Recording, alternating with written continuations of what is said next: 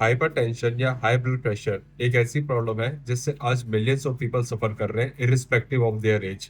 Problem यह है कि इस बीमारी के जो सिम्टम है वो स्टार्टिंग में नोटिस ही नहीं होते हैं।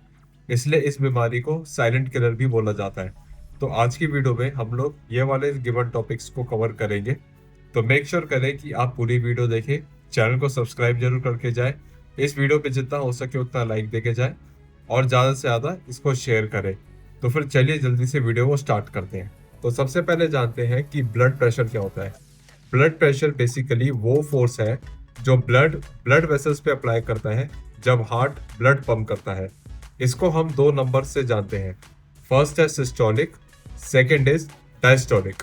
सिस्टोलिक प्रेशर वो होता है जब आपका हार्ट कॉन्ट्रैक्ट करके ब्लड को रिलीज करता है वेसल्स में, तब कितना प्रेशर है। और डायस्टोलिक वो प्रेशर है जब आपका हार्ट रिलैक्स होता है तब वेसल्स में कितना प्रेशर है। इसकी जो रेंज होती है वो होती है 120/80। 120 for systolic, 80 for diastolic. Systolic is upper range, diastolic is lower range. अगर हम बात करें ब्लड प्रेशर की हिस्ट्री के बारे में, तो 1600s में फिजिशियन विलियम हार्वे ने एक्सप्लेन किया जो ब्लड है वो बॉडी में सर्कुलेट करता है। And with the passage of time जो ब्लड प्रेशर है उसको मेजर करने की मशीन बनी। 1900 के अराउंड डॉक्टर्स को समझ आया कि जो हाइपरटेंशन है या हाई ब्लड प्रेशर है उससे बॉडी में क्या क्या नुकसान हो सकते हैं। For example kidney problem, heart disease, heart stroke, ये कुछ प्रॉब्लम है जो अगर आपका ब्लड प्रेशर हाई रहता है तो उससे ये प्रॉब्लम आने के रिस्क बहुत ज़्यादा बढ़ जाते हैं। आज शायद 10 में से 4 या 5 लोगों को हाइपरटेंशन की प्रॉब्लम रहती ही है। तो आइए जानते हैं और हाइपरटेंशन के बारे में इस वीडियो में। अब अगर हम यहाँ पे बात करें स्टेजेस ऑफ ब्लड प्रेशर, सबसे पहली स्टेज आती है एलिवेटेड, जिसमें होता है 120 से 129 फॉर सिस्टोलिक एंड 80 या उससे बिलो डायस्टोलिक। फिर आती है हाई ब्लड प्रेशर स्टेज 1, इसमें होती है 130 से 139 फॉर सिस्टोलिक एंड 80 से 89 फॉर डायस्टोलिक। फिर आती है स्टेज 2, उसमें होता है 140 से ऊपर सिस्टोलिक एंड 90 से ऊपर डायस्टोलिक। लास्ट में आता है हाइपरटेंसिव क्राइसिस, इसमें 180/120, 180 for systolic and 120 for diastolic. ये एक इमरजेंसी सिचुएशन होती है और इसमें डॉक्टर ही आपको सही से डायग्नोस कर सकता है। इसमें सेल्फ डायग्नोस का रिस्क तो आप ले ही नहीं सकते। अब हम बात करते हैं कुछ common causes for high blood pressure, जिसमें नंबर 1 आता है एक्सेस सॉल्ट इनटेक। बहुत ज़्यादा सोडियम लेने से बॉडी में वाटर रिटेंशन होती है और उससे ब्लड प्रेशर इंक्रीज हो सकता है। नंबर 2 पे आता है स्ट्रेस। स्ट्रेस से लाइफस्टाइल हैबिट्स और बीपी दोनों इफेक्ट हो सकती है। नंबर 3 पे आता है lack of physical activity. Sedentary lifestyle से कार्डियोवैस्कुलर हेल्थ बहुत ज़्यादा इफेक्ट होती है। नंबर 4 पे आता है ओबेसिटी। एक्स्ट्रा बॉडी वेट आपके हार्ट पे एक्स्ट्रा प्रेशर डालती है और एक्स्ट्रा वर्कलोड बढ़ाती है, तो उससे भी हाई ब्लड प्रेशर का जो रिस्क है वो बढ़ सकता है। नंबर 5 पे आता है smoking and excess alcohol. Blood vessels और हार्ट हेल्थ दोनों को नेगेटिवली इम्पैक्ट करता है। 6th पे आता है पुअर स्लीप। स्लीप क्वालिटी बहुत इंपॉर्टेंट है हमारी लाइफस्टाइल में, लेकिन लोग इस चीज़ को नहीं समझते। अगर आपकी स्लीप क्वालिटी खराब है तो भी आपका जो ब्लड प्रेशर रेगुलेशन है वो भी खराब हो सकता है उससे, क्योंकि जो अच्छी स्लीप है वो हमारी ब्लड प्रेशर को रेगुलेट करने में हेल्प करती है। 7 आता है जेनेटिक्स एंड एज। कुछ पीपल में फैमिली हिस्ट्री भी फैक्टर हो सकती है इसकी प्रॉब्लम की, हाई ब्लड प्रेशर की। और 8th और लास्ट आता है excessive heat, dehydration and poor lifestyle recovery. अगर आपकी हाइड्रेशन प्रॉपर नहीं है और बॉडी भी स्ट्रेस में है तो भी आपकी कार्डियोवैस्कुलर जो प्रॉब्लम है ये ब्लड प्रेशर की वो इंक्रीज हो सकती है। कुछ common symptoms high blood pressure के केसेस में, जिसमें नंबर 1 पे आता है हेडेक, नंबर 2 पे डिजीनेस, नंबर 3 पे चेस्ट डिस्कम्फर्ट, नंबर 4 पे ब्लड विजन और नंबर 5 पे आता है फटीग यानी कि थकान देखने को मिल सकती है। ये कुछ कॉमन सिम्टम्स है हाई ब्लड प्रेशर के केसेस में। तो जानने की कोशिश करते हैं कुछ एक्सरसाइजेस, प्राणायाम एंड योग प्रैक्टिसेस जो आप हाई ब्लड प्रेशर के केसेस में कर सकते हैं। एक चीज़ का ध्यान रखना, अगर आपकी कंडीशन बहुत सीवियर है तो ये कुछ भी जो मैं बता रहा हूँ स्टार्ट करने से पहले एक बार डॉक्टर से जरूर कंसल्ट कर लेना और वो जो बोले उसको फॉलो अप करना। तो सबसे पहले स्टार्ट करते हैं एक्सरसाइज से। सबसे पहली एक्सरसाइज आती है वॉकिंग। 30 मिनट्स की ब्रिस्क वॉक आपके कार्डियोवैस्कुलर हेल्थ को बहुत ज़्यादा सपोर्ट कर सकती है। नंबर 2 पे आती है साइकिलिंग। अगर आप मॉडरेट साइकिलिंग करते हो तो वो हार्ट हेल्थ को काफ़ी ज़्यादा बेनिफिट दे सकती है। नंबर 3 पे आती है लाइट स्ट्रेंथ ट्रेनिंग। मैंने ध्यान से सुना, मैंने वर्ड यूज़ करा लाइट। आपको लाइट टू मॉडरेट मतलब कि हल्के वेट से ही स्ट्रेंथ ट्रेनिंग करनी है, आपको हैवी वेट लिफ्ट नहीं करना। इससे आपको बेनिफिट मिल सकता है, मगर अगर आप हैवी लिफ्ट करोगे तो हो सकता है कि उससे आपको नुकसान हो। अगर मैं बात करूं योग आसन की, तो उसमें सबसे पहला आता है बालासन यानी कि चाइल्ड्स पोज।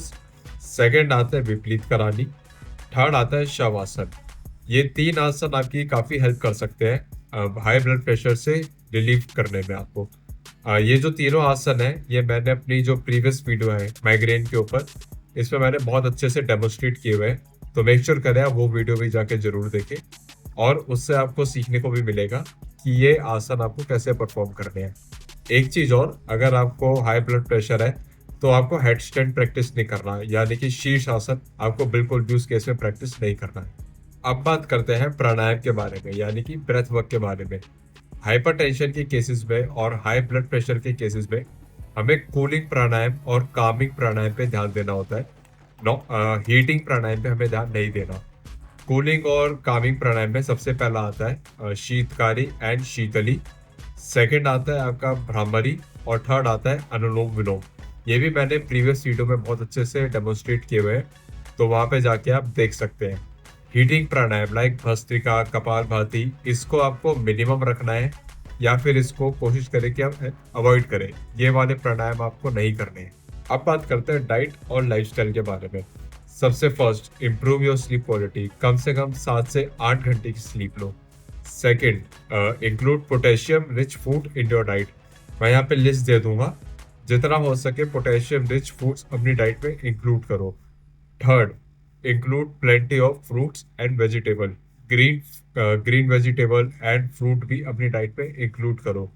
फोर्थ, हाइड्रेटेड रहो। ये भी एक बहुत इंपॉर्टेंट पॉइंट है जिसको लोग इग्नोर कर देते हैं कि आपको हाइड्रेशन मेंटेन करनी है।